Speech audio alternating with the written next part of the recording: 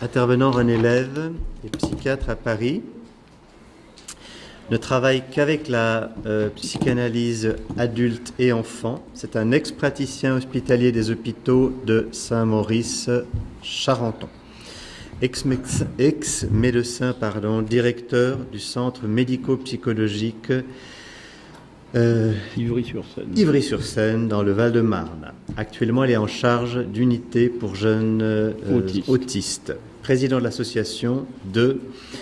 La Lysimac.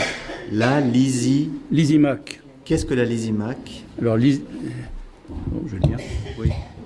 La Lysimac, au démarrage, c'est une fleur, la Lysimac. Oui. Mais au moment de la dissolution de l'école freudienne de Paris, de Lacan, le terme a été choisi parce que ça voulait dire combat de la dissolution. D'accord. Et l'avantage du grec, c'est que maintenant, j'insisterai plutôt sur la dissolution du combat. Très bien, merci. Donc, membre fondateur de l'association Dimension de la psychanalyse. L'ensemble de l'œuvre est en cours de publication. Il y a 2 volumes à ce moment sur la table qui est au fond à gauche. Je lui cède la parole et le remercie. Faites ce que vous voulez. Non, je crains d'amputer mon texte puisque je serai un peu long. Mais pour m'entendre, il faut reprendre des discussions antérieures. Et dans ces discussions antérieures, la question que vous posiez, quant à savoir comment interpréter ce qui peut-être n'est pas saisissable. Je le dis à ma façon. Ce qui n'est pas saisissable, c'est la fonction en intention. Et je dis qu'elle n'est pas saisissable parce qu'elle échappe dans ce qu'elle produit lorsqu'elle est transformée en objet, c'est-à-dire en extension. Ça, c'est la raison de mon intitulé. Quand même, avec une note de plus, c'est qu'en français, échapper dans, c'est néologique. On dit échapper à, s'échapper de, mais échapper dans ce qu'on est en train de produire, c'est une notion qui me semble nécessaire de retenir. Donc je vais lire mon texte puisque vous l'avez traduit et je remercie les traducteurs. Par là même, je remercie aussi votre association et en particulier Karim Jbeli de me donner la parole ici. Donc je partirai du principe spinoziste de l'identité de l'âme et du corps dans la nature. Plus précisément dans la nature naturante de Dieu. Ça se dit Deus sive natura. Pas de corps qui ne soit subjectivement animé par le signifiant, dirais-je, et pas d'âme qui ne dépende psychiquement du corps. Pour ceux qui m'entendent en français, il y a des schémas que,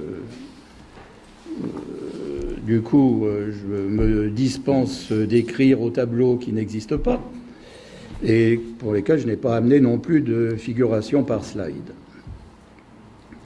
Donc pour Freud, ce lien du corps au signifiant ou au langage est une affaire de pulsion. Avec des concepts quelque peu plus lacaniens que freudiens, je dirais que ça passe de la signifiance au corps signifiant. C'est cela la pulsion. Mais dans ce passage,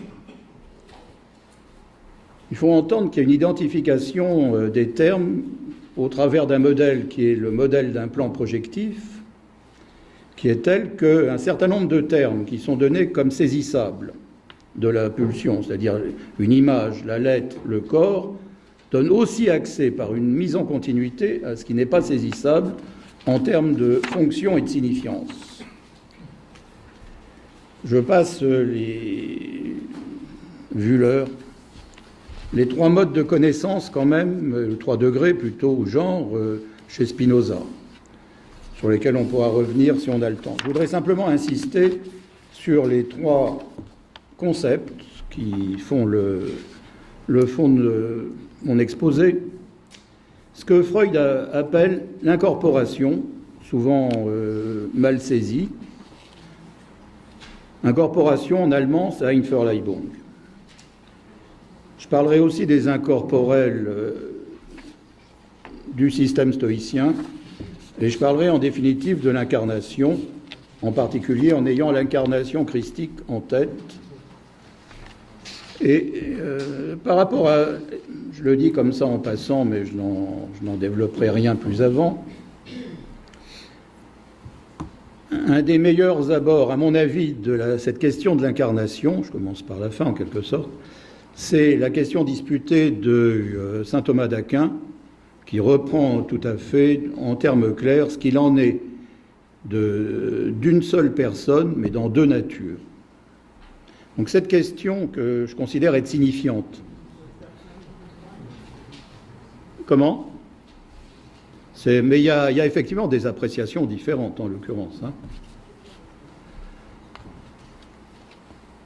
Cette question qui est signifiante peut s'aborder avec une topologie un peu particulière qui n'a pas beaucoup été donnée ici et qui est celle des objets asphériques. Le plus simple, c'est une bande de Möbius, tout le monde sait ce que c'est-à-dire une bande unilatère qui n'est pas un cylindre, c'est un cylindre ayant une torsion, une demi-torsion, comme on dit en mathématiques, qui permet justement de passer de ce qui localement a bien deux faces à une seule face globalement.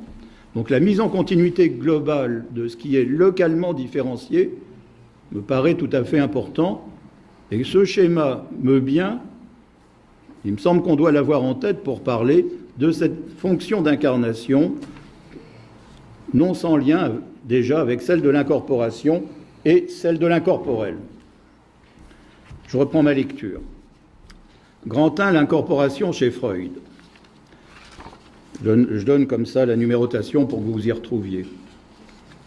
Freud établit un mythe, le seul mythe moderne selon Kroeber, relatif à la transmission depuis une fonction métaphorisée comme père de la horde primitive, cette horde étant elle-même bien sûr mythique. Un tel père y prend en effet le relais de Dieu le Père. Brièvement, pour accéder aux femmes qui leur sont interdites par ce mâle dominant qu'est le père primordial, les autres mâles supposés être ses fils et frères entre eux suppriment l'obstacle en le tuant. Mais pour s'intégrer sa vigueur et ses vertus, ils le mangent lors d'un repas proprement totémique. Le meurtre de ce père des tout premiers temps indique son absence de toujours. C'est bien un mythe. Cependant, cette absence, en tant que symbolique, est incorporée, soit réalisée par une présence valant aussi de tout temps. Simplement, cette présence est la présence continue d'une absence. Une telle présence, que je dis être compactifiée par le vide qui la détermine en termes de fonction. Une fonction, pour moi, c'est le passage d'une solution de continuité. Il y a un vide, on va passer outre cet achoppement d'un vide. Donc il n'y a pas d'objet pair. Et cette fonction spécifie la structure d'échange qui fonde toute notion d'usage. Référence à Marx, comme Karim l'a fait au moins 2 fois dans ses journées. Une telle présence assure l'intention du continu dont dépend une fonction. Cette intention, ça me semble être, pour référer à un père de l'Église des plus importants, saint Augustin, ça me semble être une notion des plus nécessaires pour comprendre ce qui fait la continuité de la présence en dehors même de la segmentation et du discontinu dans le temps entre passé, présent et futur. Je dis présence pour ne pas confondre avec présent. Sous cet angle, il n'y a de corps et de sujet que fondé tout uniment d'une incorporation d'un vide réputé opératoire. Et c'est cette métaphore du Père qui vaut pour ce vide réputé opératoire. Cette Einverleibung de la fonction Père détermine le corps comme symbolisé, dans lequel le langage s'incorpore pulsionnellement via ce qui fait la fonction du langage, c'est-à-dire l'énonciation, le dire, la parole, qui, comme relation d'échange, anime le corps comme lieu de transaction avec autrui. Cette transaction est symbolisable en objet, via les interdits qu'il détermine en objet, et maintient pourtant la transaction comme fonction sociale. C'est l'interdit de l'inceste, mais aussi celle de l'anthropophagie, cet interdit de l'inceste et cet interdit du meurtre. Un tel interdit assure le devenir symbolique du corps et s'oppose au corps matériel, cadavre, carne, chair et charogne, qui n'est que le lieu de l'incarnation, au sens le plus banal du mot, Verkörperung. L'avantage de l'allemand, c'est qu'il y a 2 corps, là. un corps signifiant Leib et un corps matériel, Körper, avec deux devenirs différents, reliés à mon avis d'une manière signifiante donc. Et donc la question de l'incarnation christique, sur laquelle je reviendrai, s'établit sur cette dualité. Pour revenir sur ce vide opératoire, je maintiendrai donc à partir d'une idée de Lacan ce qu'il en est de l'incorporel. Répondant à une question radiodiffusée concernant en particulier la structure, et d'abord celle de l'inconscient, Lacan l'aborde par la voie du corps. Mais ce corps ne saurait se départir du langage quand il s'agit, en ce qui concerne le sujet de la structure, et la structure du sujet de l'inconscient, du corps du symbolique. Le matérialisme de la psychanalyse, dirais-je, est celui du langage et son idéalisme critique. Ça, c'est un terme que je prends à Hermann Cohen, qui est un des néo-kantiens de l'école de Marbourg. Le matérialisme de la psychanalyse est celui du langage et son idéalisme critique est celui du signifiant, selon la définition imprédicative de Lacan. Un signifiant représente un sujet pour un autre signifiant. J'insiste beaucoup sur cette définition que pendant longtemps j'ai dit n'être pas scientifique. Et aujourd'hui, je considère que la psychanalyse est scientifique du fait que précisément, elle est pour beaucoup imprédicative et récursive, alors que, je dirais, un certain combat existe dans les sciences entre prédicativité et imprédicativité. Pour ceux qui ne sont pas au fait de ces débats, ils ont surtout eu lieu dans la détermination de la logique des ensembles, de 1906 à 1913, entre Poincaré, Russell, Peano, Zermelo. Enfin, on a, en France, en tous les cas, on dispose effectivement de l'ensemble des discussions dans les langues originales, et c'est tout à fait intéressant de voir quel a été le choix de la prédicativité, laissant de côté ce que Russell, Poincaré, etc. ont appelé des cercles vicieux, des paradoxes, qui précisément ne sont pas des paradoxes, comme ça a été pour beaucoup noté dès l'introduction de ce congrès, en particulier par M. Nicolescu. Donc Freud, je reprends ma lecture.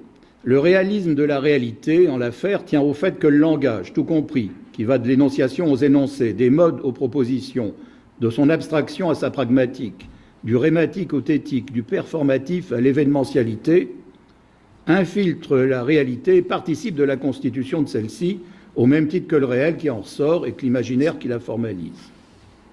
Donc Freud appelle pulsion le mode de représentance du somatique dans le psychique. Lacan la fonde de la manière dont le dire, et de là tout le symbolique, prend corps.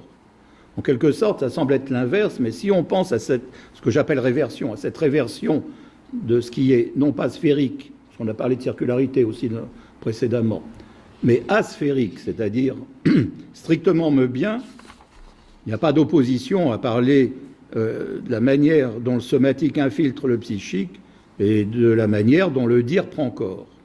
Donc ça justifie effectivement l'intitulé de ce congrès. Donc dans cette réversion, nous sommes loin de l'idéalisme qui fait du langage l'image miroir d'une réalité transcendante. Dans une telle réalité, en effet, ne compte et n'intervient qu'un donné ontologique posant un « il y a » avant toute finalité que la mise en action de cet « il y a » impliquerait. Autrement dit, le sens qu'il impliquerait, quand précisément ce sens a trait à la signifiance, soit la fonction d'incorporation elle-même. Il ne peut pas y avoir de sens sans lien à ce qui échappe justement dans la fonctionnalité. À l'encontre d'une conception substantielle des choses, en effet, le signifiant ne perd qu'à partir de la fonction qu'il prend de se raccorder à un autre, bien plus que de suivre des tentatives vite avortées d'articuler sémantiquement des choses.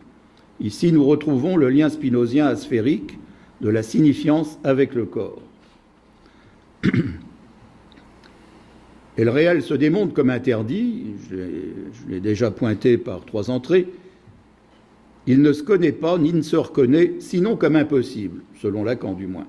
Il est donc en particulier impossible à connaître, ça c'est Freud, et uniquement accessible de façon brute, hors transcription langagière, ce qu'en français on peut traduire par accointance, correspondant à l'acquaintance de Russell.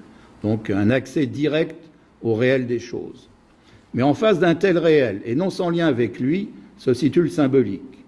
Le corps, au sens standard, vaudra donc pour réel, supportant l'existence du sujet, mais aussi imaginaire, via la sensitivité, la sensorialité qu'il focalise, et symbolique, du fait que le langage l'infiltre. Et l'option de Lacan est claire, le corps du symbolique spécifie le corps au sens standard en s'y incorporant. Citation brève, d'où l'incorporel qui reste marqué le premier du temps d'après son incorporation, rendons justice aux stoïciens d'avoir su de ce terme l'incorporel, signé en quoi le symbolique tient au corps. À mon sens, nous avons là, au travers peut-être d'un jeu de mots de Lacan entre incorporel et incorporation, l'association de deux modes d'organisation corporelle. Ce qui s'incorpore comme fonction père chez Freud n'a pas d'autre consistance qu'incorporelle, d'être la présence d'une absence. Cette présence d'une absence est chez Freud la pulsion d'être hypothétique et de réarticuler le signifiant comme représentance, ça c'est un terme freudien, comme représentance en termes de représentation, Vorstellungsrepräsentanz, donc d'articuler le signifiant en affect. Si la représentance, c'est le même terme dans Lacan, la représentance d'un signifiant auprès d'un autre, est coupée de la représentation qui lui donne consistance, en jouant précisément de cette coupure comme scansion ouvrant sur un effet de sens particulier. Et si cette représentance donc est coupée de la représentation, on obtient, selon Freud, l'affect, l'angoisse. Ça me semble tout à fait important de le souligner. Et ce lien de césure, le terme de Freud est Spaltung. Chez Bleuler, précisément à propos de la schizophrénie, on trouve le même lien, aussi Spaltung, qui fait barrage, Perung. Je dirais que chez Freud, et d'une manière asphérique, ce qui fait coupure, ce qui fait la division du sujet entre énonciation et énoncé, ne serait-ce que ça, c'est ce qui fait passage. Alors que dans la schizophrénie, c'est la définition de la schise par Bleuler, c'est un barrage. Donc derrière le même terme, il y a deux notions, une notion de passage et une notion de barrage et de rupture, du coup. Pour dire un peu brièvement ce qu'il en est de l'incorporel des stoïciens. Je m'appuierai sur l'ouvrage classique d'Émile Breillet sur la théorie des incorporels dans l'ancien stoïcisme, mais je ne parlerai pas de néant d'existence, comme il le fait, pour aborder les incorporels. Je ne parlerai d'ailleurs que du lecton, c'est-à-dire quelque chose qu'il traduit par l'exprimable. Je pense qu'on peut le dire comme l'interprétable. C'est pas loin aussi de ce que nous avons discuté, ne serait-ce que ce matin.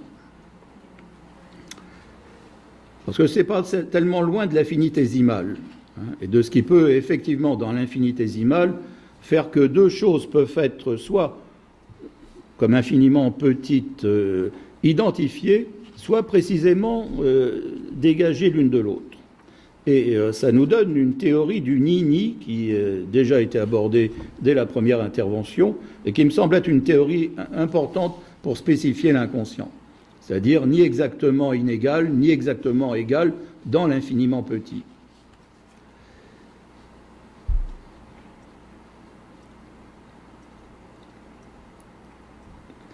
Donc, pour ce en quoi l'incorporel a trait au langage, question de lecton, je pense que le lecton, ou ce que je cherche à en faire du moins, est bien plus qu'un attribut. C'est plutôt le lien de cet attribut comme fonction en extension, passant à son objectalisation, c'est le lien réversif à l'intention fonctionnelle. Il faut bien entendre intention avec un S, même si chez Augustin, en latin, ça se dit avec un T ou avec un S, ça s'écrit avec un T ou un S. L'intention fonctionnelle qui a recours en l'induisant. C'est ce recours que je dis récursif, c'est-à-dire qu'on a recours pour saisir une fonction en intention, en elle-même insaisissable, à sa transcription en extension, qui sont pour Frege, logicien fin 19e, début 20e, ils ne sont que des objets, des parcours de valeurs. Et donc là, ce n'est qu'au travers d'une extension qu'on peut saisir l'insaisissable d'une fonction, à condition de la transformer. de la représenter d'une façon autrement, de la rapporter à d'autres choses. Le terme, c'est plus Repräsentanz comme chez Freud, c'est Vertretung, mais ça dit la même chose. C'est un synonyme à partir d'une autre étymologie.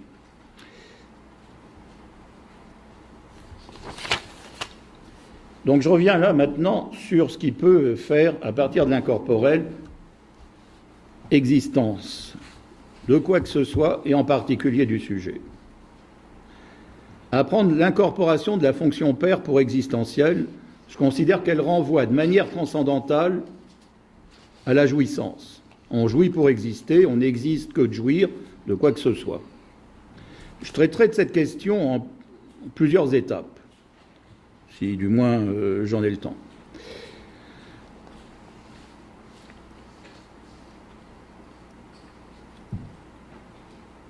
Le terme de jouissance, c'est celui qu'on trouve malheureusement traduit par plaisir, ce qui me semble notablement insuffisant, sous le mot de Lust dans Freud, mais dans Aristote, par exemple, c'est hédoné.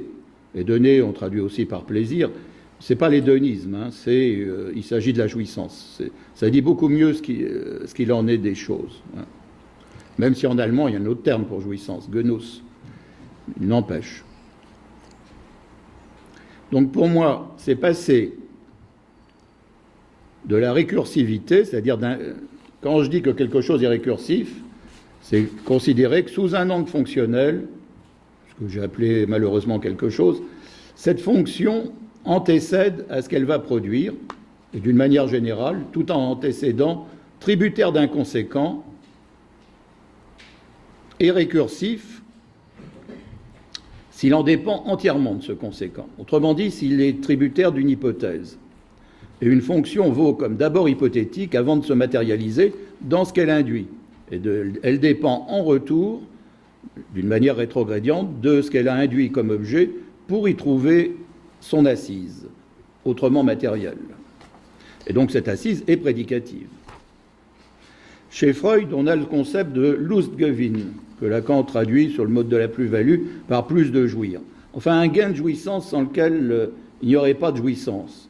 Et sans cette jouissance, il n'y aurait pas non plus d'incorporel qui, je le dis sous une forme quasi mathématique, qui compactifie, ce qui serait comme ça une ouverture.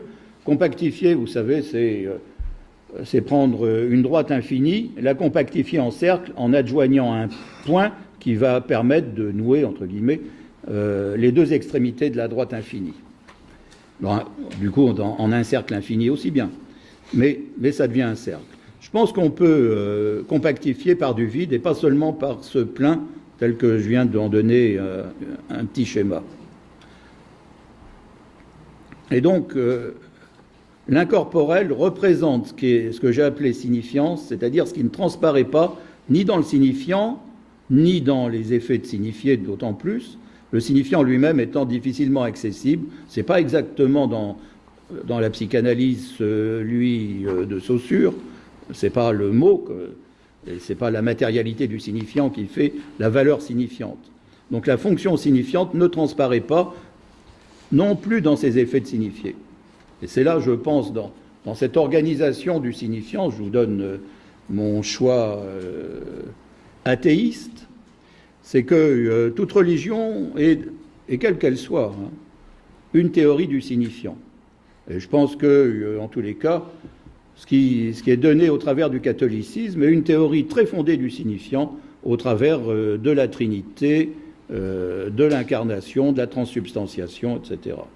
Et qu'on a poussé très loin, auquel cas, la fonction signifiante, et qu'on a tous intérêt à prendre appui sur cette fonction pour comprendre quels sont les enjeux et peut-être, à mon avis, les remettre en circulation d'une manière qu'on pourrait dire thérapeutique.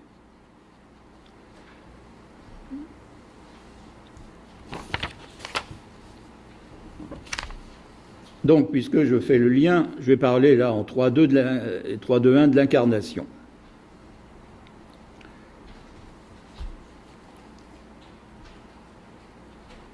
Donc le passage au plus de jouir, c'est-à-dire à l'avantage qu'on peut tirer d'un incorporel, à quoi, à mon avis, Dieu correspond, mais qui se soutient d'un verbe inaccessible. Ce passage au plus de jouir permet de quitter la théologie négative, si on la prend isolément, au profit donc de l'imago Dei que le Christ, comme Dieu fait homme, incarné, représente par excellence, au travers d'une théorie des images et particulièrement de la spécularité. Bon, je ne reviens pas trop là-dessus.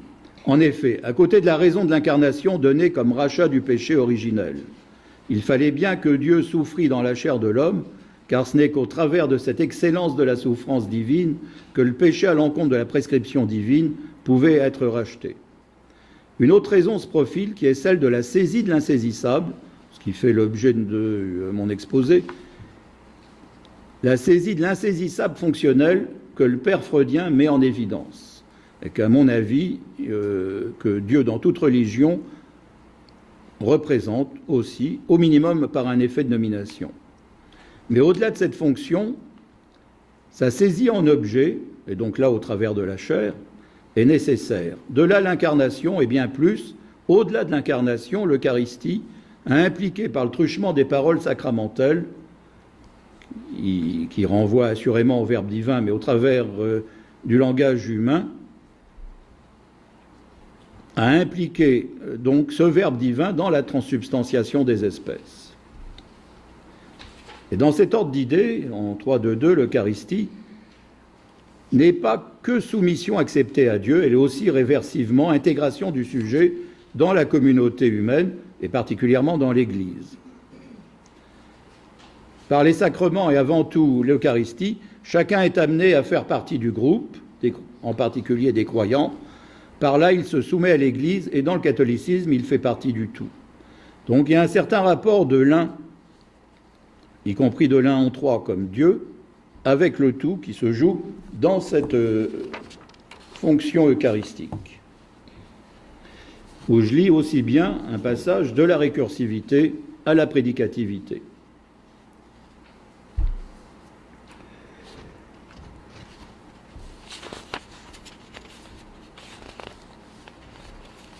Je vais sauter ce qu'il en est d'un certain nombre d'éléments pour passer en 4.1 à la supposition et pour revenir justement à ce qui fait effet de supposition à propos des choix religieux, comme de toute façon à propos de n'importe quel schématisme théorique. Et donc la supposition, je la prendrai d'abord chez les logiciens d'Oxford, et bien plus que chez eux, chez les nominalistes de Paris, et puis surtout chez Guillaume d'Occam au tournant du XIVe siècle. Je cite Joël Biard, qui, sur Logique et théorie du signe au XIVe siècle, la supposition est le tenant-lieu de choses dans une proposition. On est là dans ce qui est inaccessible directement des choses et qui ne devient accessible que dans le langage qui cherche à en rendre compte, mais par cet effet de supposition, que je reconsidère, supposition, ça prendre au sens propre, c'est un tenant-lieu, c'est ce qui va être posé à la place d'eux, mais en même temps, ça renvoie à de l'hypothétique. Hypothétique, avec l'allemand par derrière, Annahme, on dit hypothèse comme on dit admettre. On admet dans le langage quelque chose parce que c'est pas la chose elle-même qui peut être admise, et c'est sûr que si je tiens mon crayon à la main, je ne peux pas le mettre dans ma tête, même si je parle de crayon. Donc, c'est une évidence, mais qui a son intérêt, je trouve. Donc, par rapport à cette position de crête entre langage et physique, il y a d'autres modes de la supposition qui jouent aussi de cette façon. Ce qui m'importe, c'est qu'un signifiant se représente auprès d'un autre. Là, je supprime la question du sujet. Donc, il y a une supposition même d'un signifiant à l'autre qui définit récursivement un signifiant. Un signifiant dépend de celui qu'il est censé induire. Dépend en retour de celui qu'il est censé induire. C'est bien autre chose que de renvoyer d'une signification à une autre. Et quand Lacan disait qu'il n'était pas nominaliste, je pense qu'il entendait une supposition uniquement dans les significations et non pas dans les signifiants. Et je crois que c'était regrettable.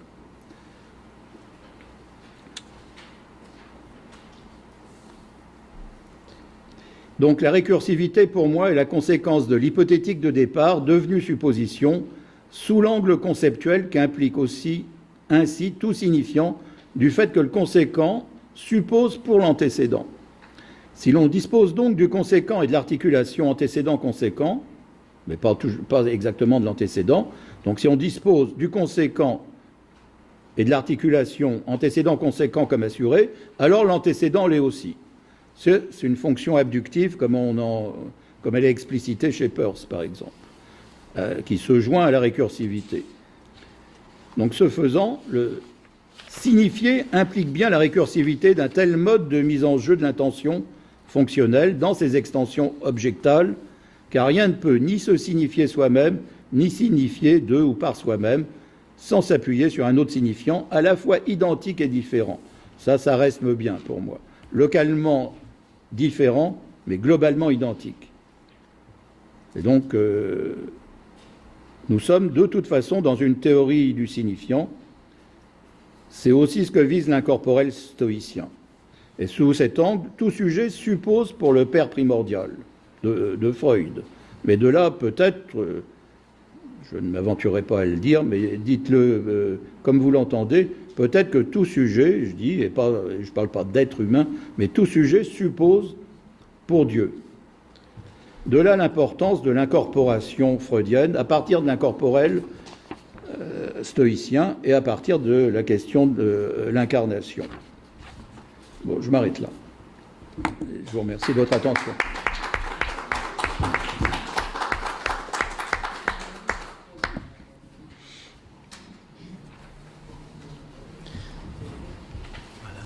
Merci infiniment. Texte très riche, très complexe. Y a-t-il des questions ?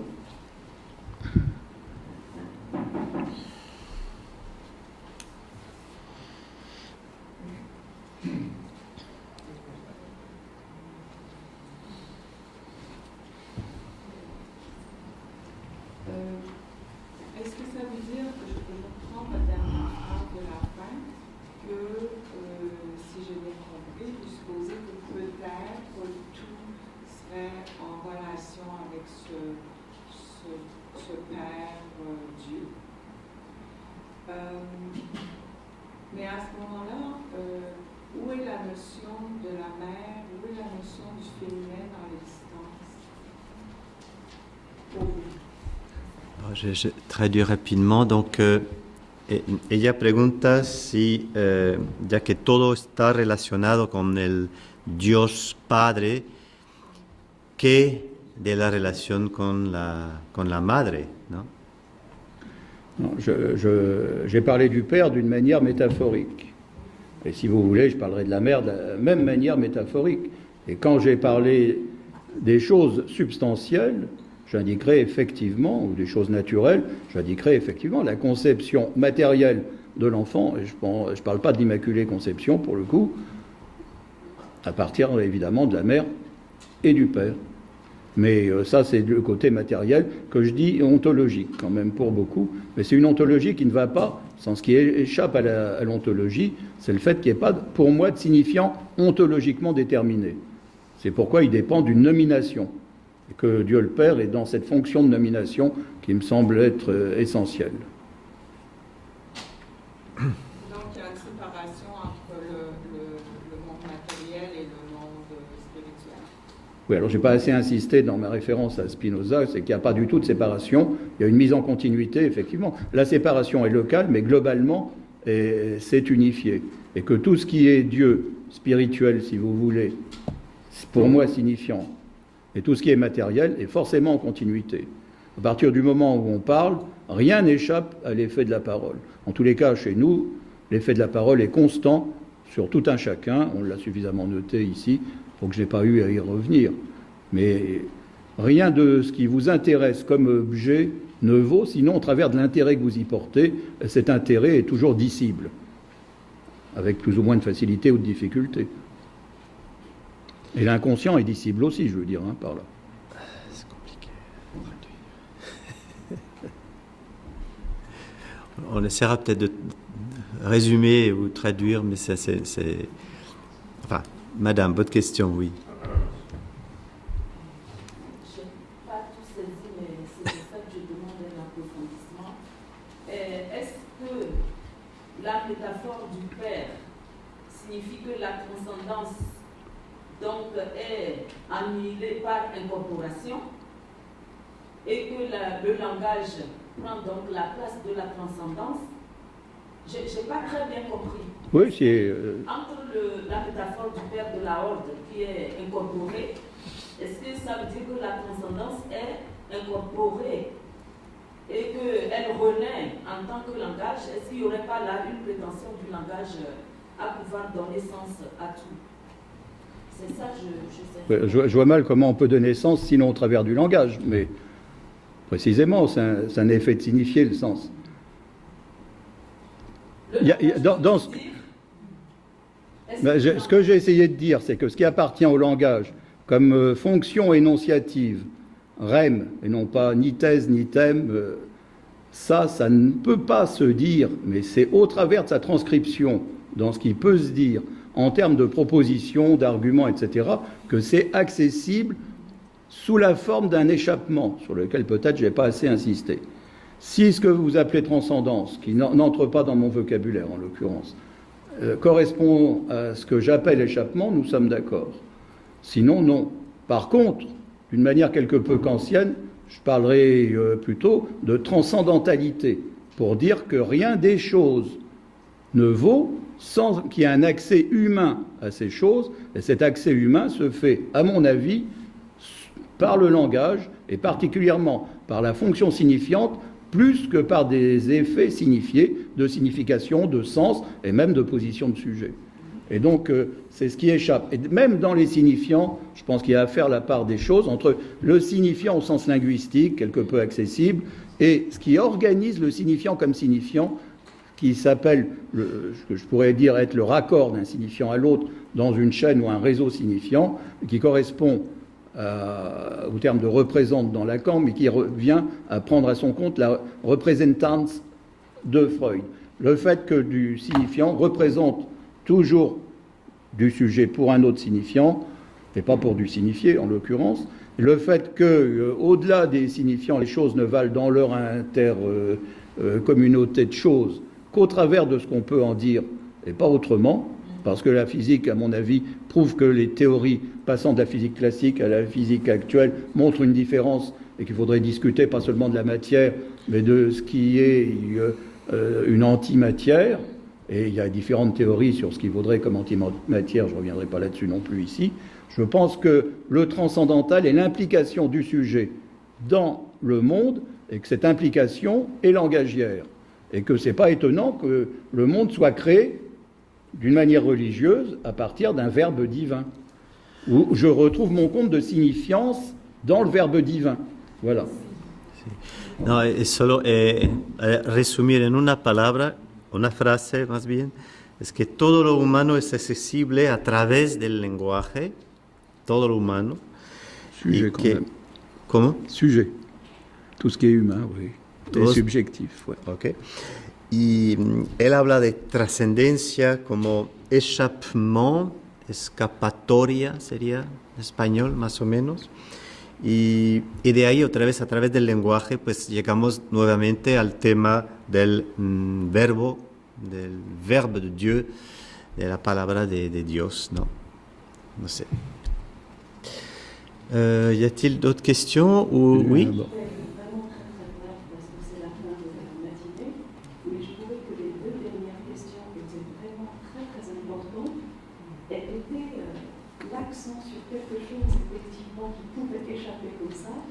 À savoir la féminité et la maternité. Parce que lorsqu'on dit « et le Verbe s'est fait chair », c'est vrai que là, aller vers la spiritualité du Père, et là on retrouve tous les travaux de Monique Schneider, qui a vraiment mis l'accent dans généalogie du masculin et le paradigme féminin sur un côté très platonicienne de Freud, à savoir comme si le Père aussi n'avait aucune part du féminin et du divin dans lui, comme s'il était vraiment du pur esprit.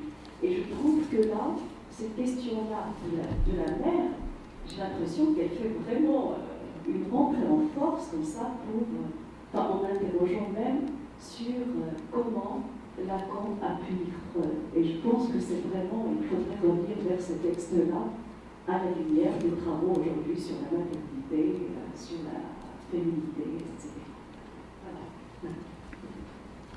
Donc, comme j'ai insisté sur la métaphore, je dis bien que je ne confonds pas le père dont je parle avec un papa quelconque, et la même chose pour ma réponse sur la mère, qui n'est pas une maman. Donc, je pense que tout un chacun n'est pas seulement bisexuel, comme Freud le disait, mais quadrisexuel, et que tout sujet est à la fois de l'ordre du masculin, du féminin, du paternel et du maternel, gravitant entre ces postes fonctionnels et s'y inscrivant variablement. Et ce qui fait symptôme, c'est l'invariance d'une situation à un certain poste, y compris pour parler de schizophrénie, ça, on pourrait y revenir aussi à cet égard. O sea, todos somos bisexuales más madre y padre. C'est Oui, ça? quadrisexuel. Quadrisexual. Ça, j'ai appris quelque chose. On a gagné quelque chose. C'est vrai, oui, deux.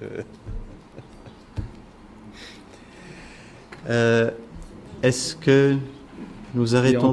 Il y a encore une question. Oui. Ouais. On parle de tout ici. Oui.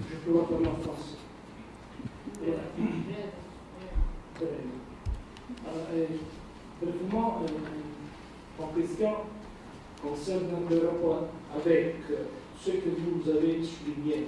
Il y a, nous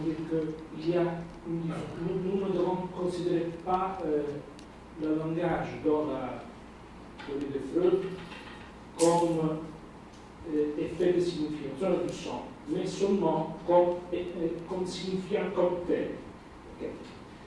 Ma question concerne le rapport avec ces conceptions du langage particulières, pas facile, et le problème de la sécularisation, le problème de dire Dieu dans les sociétés sécularisées. Je ne pense pas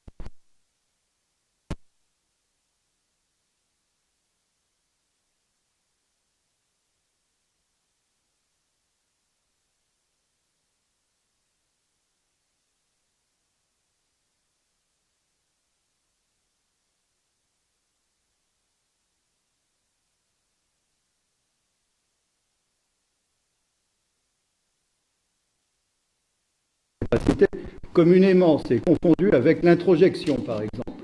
Et il faut absolument séparer incorporation et introjection. La théorie de la relation, je peux dire, Ronald Fairbairn, par exemple. Je ne pense pas à Mélanie Clark, parce que Mélanie Clark, il n'y a pas une conception de relation générale, sauf la pulsion des mots. Ce que je veux dire, que si j'ai bien compris ce que vous avez dit, qu'il y a une différence grande entre l'intériorisation et l'incorporation. L'incorporation, ce n'est pas quelque chose d'intérieur dans le sens psychologique, mais c'est quelque chose d'extérieur qui concerne le dire Dieu public. Parce que dire Dieu, c'est quelque chose de public. Mon question est, seule implication de le dire Dieu, du signifiant, quel est le rapport avec le problème de la sécularisation, le problème de Saint-Paul, si vous voulez, le problème de le Dieu caché, le problème de comment possible de Dieu si n'est pas possible dans les disciples, mais en même temps dans l'extériorité. Sûrement que je n'ai pas été assez clair, parce que mon propos visait à expliquer ça dans des termes, la plus grande banalité, alors probablement que ce n'était pas assez banal ce que j'ai dit, la plus grande banalité, c'est qu'une fonction est inaccessible. On peut pas, elle n'est pas tangible, la fonction. Même en mathématiques, on ne met jamais l'accent sur une fonction, sinon en la nommant. Mais l'activité fonctionnelle n'est pas prise en compte. Des étapes sont prises en compte, l'avant, l'après, mais la fonctionnalité elle-même est inaccessible. C'est ce qui s'appelle intention chez Frege. Et ça rejoint, à mon avis, l'intention d'Augustin. Là, on est de plein pied avec quelque chose qui peut, effectivement, au travers de Saint-Augustin, toucher ce qui importe à l'Église, par exemple. Mais plus généralement, il y a un inaccessible dans le langage qui est de l'ordre de l'énonciation. L'énonciation n'apparaît dans aucun énoncé, jamais. Et là, il faut faire la part des choses. En français, on confond, parce qu'on appellerait une énonciation, ça peut vouloir dire un énoncé, malheureusement. Ça montre bien qu'il y a une confusion, et le langage est le porteur de la confusion aussi. Alors, je tiens à ce qu'on distingue l'énonciation comme uniquement fonctionnelle, en intention, et l'énoncé comme une fonction en extension, c'est-à-dire quelque chose d'objectivable. On peut l'écrire, l'énoncé. On peut en faire une proposition, etc. Donc c'est quelque chose d'audible. Ça devient un objet. On peut l'enregistrer. Voilà. Tandis que l'énonciation, on ne peut pas l'enregistrer. D'accord. Je crois que... Merci infiniment. Nous allons nous arrêter là. On nous donne 1 heure environ pour aller prendre un repas. Donc on dirait 2h moins le quart. Et pour ceux qui se sont inscrits à la croisière, Karim nous dit que le départ est prévu à 18h30 du côté de la réception.